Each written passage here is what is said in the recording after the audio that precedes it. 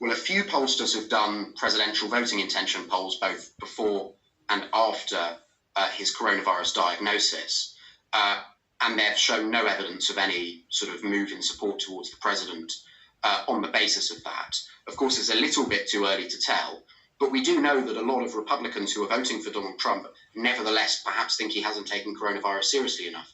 So it's not at all clear to me that there will be a huge number of people. I mean, of course, a lot of Americans will feel sympathy for him having contracted it, but that's a different thing to deciding that on the basis of him having contracted it, if you were going to vote for Joe Biden, you're now going to vote for him instead. Right, what about the presidential debate, the next one? You mentioned it. What could happen over the next 2 weeks? Well, on Wednesday, we have the vice presidential debate, which usually is a pretty low-key event with far, far fewer viewers than the presidential debates. But I think this time a lot of people will be tuning in to watch Kamala Harris and Mike Pence. Mike Pence in particular, because if Donald Trump stays in hospital for some time or if his condition deteriorates, Mike Pence might become acting president under the 25th Amendment to the Constitution.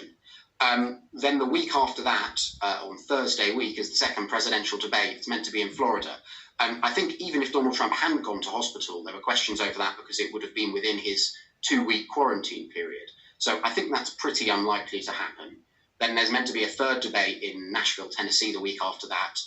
And I suppose it depends on Donald Trump's condition. I'm sure he'll be very keen for it to go ahead.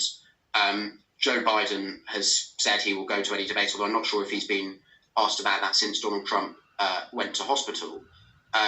But, Donald Trump really does need any moment to connect with the American people that is left available to him, because he's losing pretty big in the polls. Henry, thanks very much for joining us. We're going to turn to an exclusive BBC story following a leaked memo revealing nearly 16,000 positive COVID-19 cases were missing from official data because of a computer error. Here's the Daily Mail's front page: fiasco over COVID count.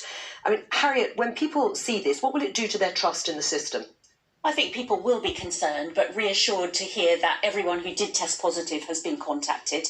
This is obviously a service, NHS Test and Trace, that's ramped up really, really quickly. Over 22 million people have now been tested in the UK. Some 600,000 people have been contacted through the service. And Matt Hancock's going to be making a statement to us later today about what went wrong on this, the lessons that have been learned, and how they're going to prevent it happening again. But one of the key parts of this, Harriet, is the fact that the contact tracing wasn't able to take place. And the key to that is doing it immediately, not days later.